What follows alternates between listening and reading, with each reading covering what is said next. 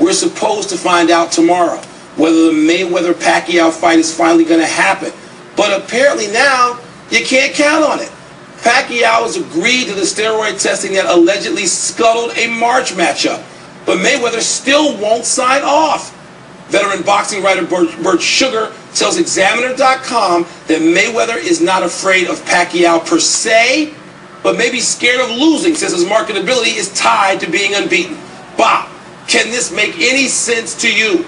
Total sense. There is no other reason I can think of why he wouldn't want to go through with this fight. It'll be lucrative. I think it's simply this. He's 33. He's undefeated. He wants to remain undefeated. That's that. And he does obviously feel this guy's a threat. I can't come up with any other conclusion. Bob, I can't either. And you know what? That means you're a coward.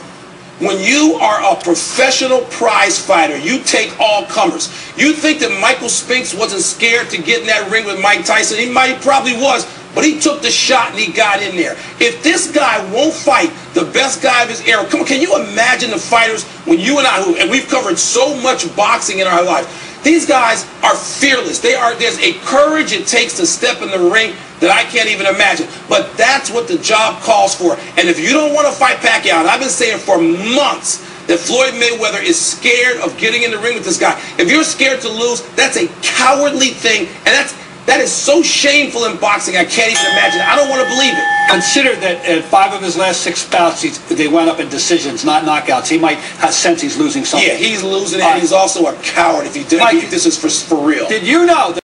And we welcome in our cut man extraordinaire, Dan Raphael, who does a terrific job covering boxing for ESPN.com.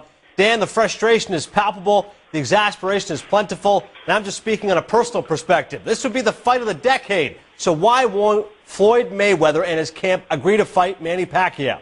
I wish I had an actual answer, because you're right, it's the biggest fight out there by far. We've been talking about it on and off, mostly on, for the past more than a year.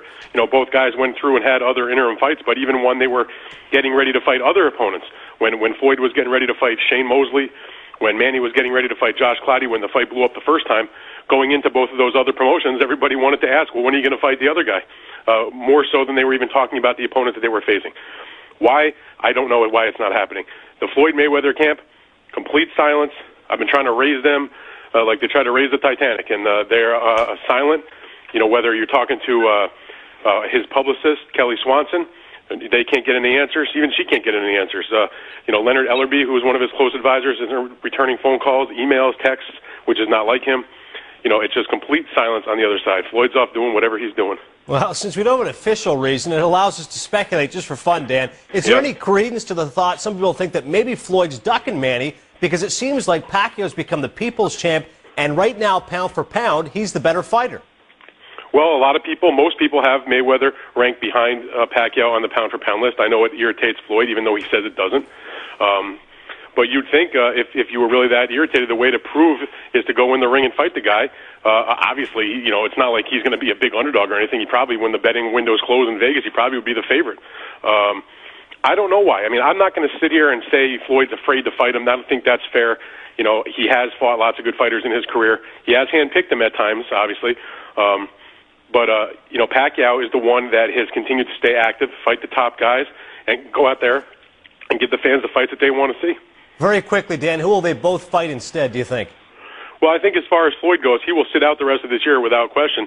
Manny Pacquiao is fighting on November 13th. It comes down to whether or not Floyd will come around and accept a deal between now and whenever top-ranked Bob Arum make a deal for another fighter. That was the wiggle room from last night's supposed deadline, or this morning's supposed deadline. If he doesn't, then they will have a deal in place for Pacquiao to fight either a rematch with Miguel Cotto or a fight against Antonio Margarito, who still has to get himself licensed in the United States, or possibly they could take that fight to Mexico. But that's what you're looking at. You know, I wish, actually, if he was not going to fight Floyd Mayweather, that rather than go and take care of a Cotto rematch or a Margarito, that they would step outside the top-ranked promotional stable and look for, you know, at least somebody else that's interesting, whether it's Tim Bradley Jr., who's going to fight tonight, against Carlos Abreu, who's moving, you know, one of the junior welterweight champions, moving up to welterweight to see what he can do, or fight, you know, Paul Williams, who's been begging for the fight. I mean, there are other opponents that would be more interesting than Cotto or Margarito. Either way, I'll take a street fight at this point. Dan Raphael. Read his insights at ESPN.com. Thanks for this, and good luck trying to contact the Titanic. Thank you very much.